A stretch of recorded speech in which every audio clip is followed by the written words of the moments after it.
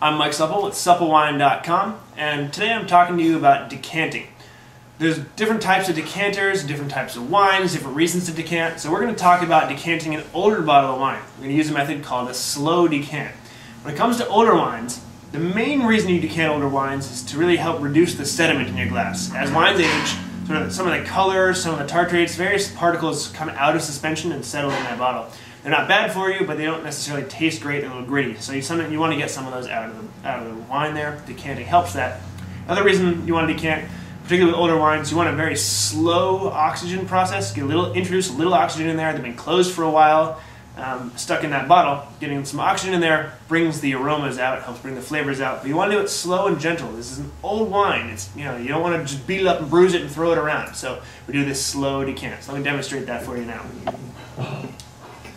Alright, so we have here a decanter, just a glass vessel, designed wide here to allow more oxygen into it, and also designed so when you pour it, it holds some sediment down in there while you're pouring.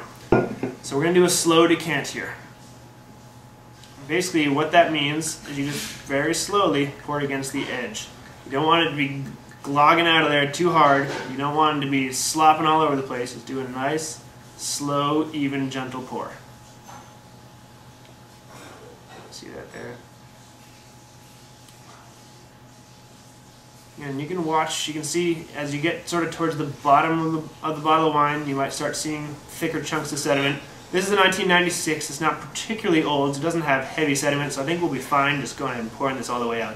But if you are pouring an older bottle, you sort of watch as you get down towards the end. You can see some sediment building up in the shoulder area of the bottle here.